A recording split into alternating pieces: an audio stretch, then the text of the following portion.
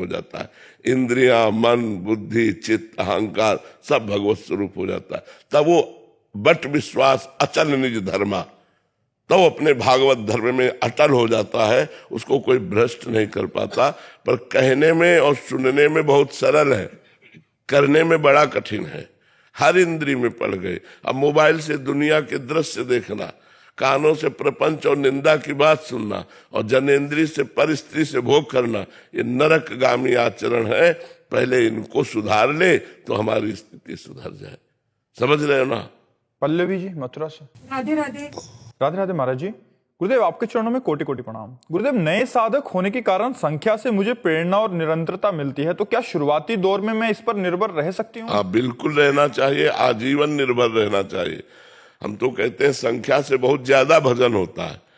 जब हम काउंटर से या माला से संख्या से भजन करते हैं, चूंकि मन को थोड़ा अभिमान पसंद है,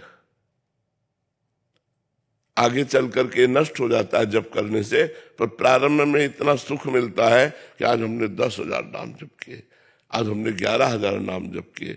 तो वो क्रम बाय क्रम जब हमारा वास्तविक भजन होने लगेगा, तो फिर संख्या से हमारा मन हटने लगता है, मंत्र में मन चिपकने लगता है कि भगवान गिने, भगवान जाने। अब हम तो धुआंधार जप कर रहे हैं, एकाग्रता पूर्वक तैल धारावत जप कर रहे हैं। अव्यावृत भजन, अखंड भजन चल रहा है। कितना हुआ हमें पता नहीं। हम तब गिनते थे जब बाल ब्रह्मचारी नैष्ठिक ब्रह्मचर्य का नियम लेकर गायत्री का अनुष्ठान था। उस समय गुरुजी ने जब दिया था, तब माला से गिन करके जप करते थे। और इसके बाद गुरु कृपा हो गई। प्रारंभिक साधक को जब तक ये मना स्थिति ना हो जाए, तब तक गणना से जप करने में बहुत लाभ मिलता है। अच्छा, आज जैसे आपने 9,000 जप किए, कल 10,000, तो आज जलन होगी कि 1,000 नहीं किया, लेकिन आपने गिना नहीं तो आपको पता ही नहीं चलेगा। तो हमें लगता है कि जब तक भागवती की स्थिति ना आ जाए, तब तक गिन गिन कर जप करना अत्यंत आवश्यक है। वो आपको भजन में आगे बढ़ाएगा। रामफल यादव जी गुरुग्राम से। राधा वल्लभ शेरवंश महाराज जी।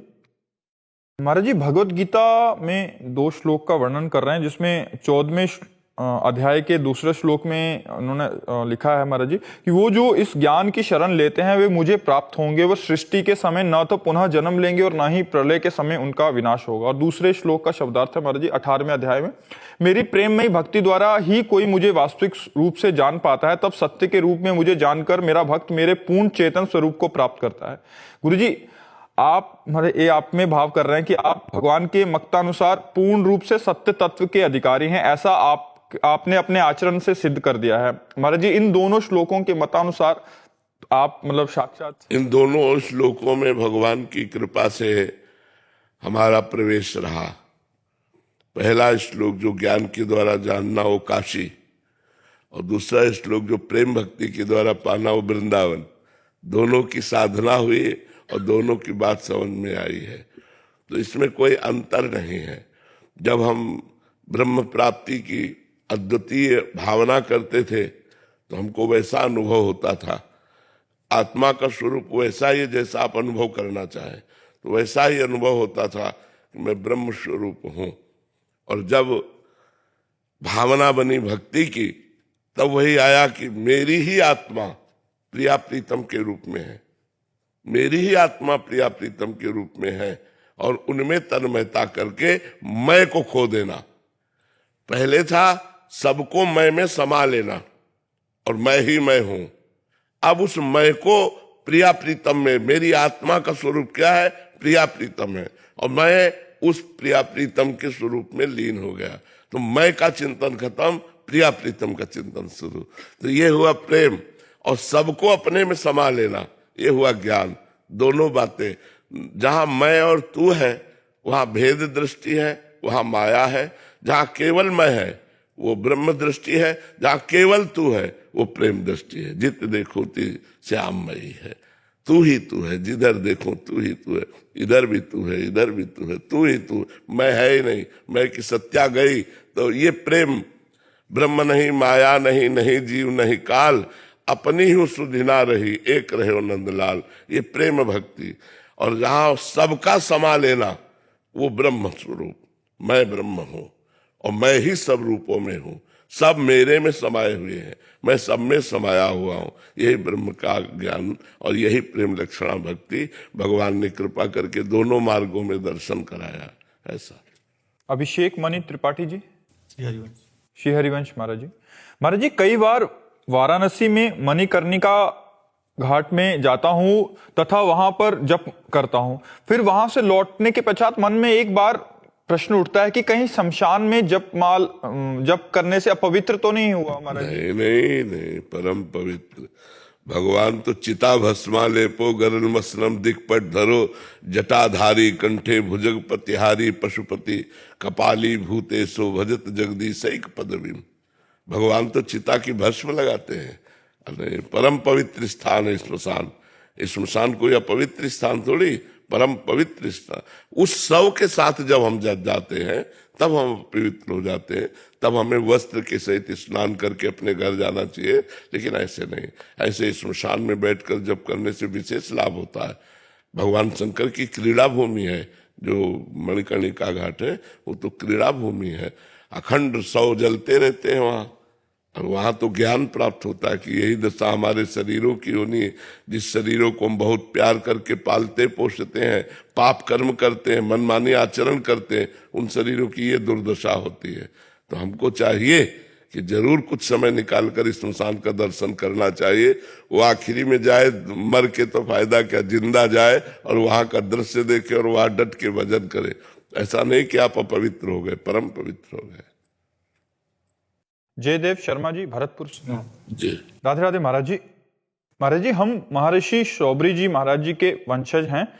महाराज जी, बचपन में दीक्षा ली थी, जो क्रिया गुरु जी द्वारा बताई गई नहीं कर पाते, कुछ क्रिया योग बताए होंगे। श्री राधा नाम में बहुत प्रीति हो गई और मन उसी में लगता है, तो महाराज जी अब मैं क्या वो नहीं कर पा रहा, तो इसमें कोई उससे सब क्रियाओं का सब साधन कर यह फल सुंदर प्रभु पद पंकज प्रीति निरंतर। प्रभु के चरणों का चिंतन होना। अब आप राधा राधा जप रहे हो, स्वयं श्री कृष्ण इस राधा नाम को जपते हैं, औरों की तो बात जाने दो। जाहि श्याम मुरली में टेरत सुमिरत बारंबार परम धन राधा नाम आधार। अब और कुछ करने की जरूरत नहीं है, गुरु प्रसन्न हो जाएंगे, सब बात बन जाएगी। खूब राधा राधा रटो। राधे श्री हरिवंश गुरुदेव। राधे वल्लभ श्री हरिवंश महाराज जी। पूज्य गुरुदेव, अधिक से अधिक पाप या महत अपराध करने पर व्यक्ति अकाल मृत्यु को प्राप्त होता है, ऐसा आपकी वाणी में सुना। तो गुरुदेव, क्या अधिक से अधिक पुण्य एवं पूर्ण श्रद्धा से साधन भजन तप करने वाला भक्त इस जन्म जीवन मरण के समय से पहले इस मृत्यु संसार से शीघ्र उद्धार और भगवत प्राप्ति हो जाएगी? इसीलिए आप देखो, बड़े बड़े महापुरुष बहुत कम समय जीवित रहे।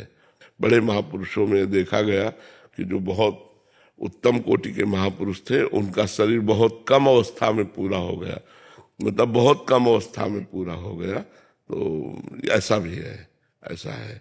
जो महान सुकृतवान है, महान पुण्यात्मा है, महान धर्मात्मा है, निरंतर भगवान में स्थित है, जिनका काम पूरा हो गया, वो बहुत जल्दी चले जाते हैं, बहुत जल्दी उनका शरीर पूरा हो जाता है, क्योंकि अब शरीर की जरूरत नहीं पड़ी, शरीर का काम पूरा हो गया और जगत मंगल करके और निकल जाते हैं संसार से। ऐसा है। शिवानी जी अहमदाबाद से। राधे राधे महाराज जी, आपके चरणों में कोटि कोटि प्रणाम। महाराज जी, अपने आप को तृण सम समझकर सामने वाले को श्रेष्ठ कैसे माने महाराज? जब तक अहंकार है तब तक असंभव सा है। अपने को तृणादपि सुनीचेन तरोरियु सहिष्णुना अमानिना मान देन कीर्तनीय सदा हरि। जो अपने को तृण से नीच समझता है, वृक्ष के समान सहनशील समझता है, और जो दूसरों को मान देता है, स्वयं अमानी रहकर कीर्तन करता है, वो भगवान को बहुत प्रिय है, वो भगवान को प्राप्त होता है।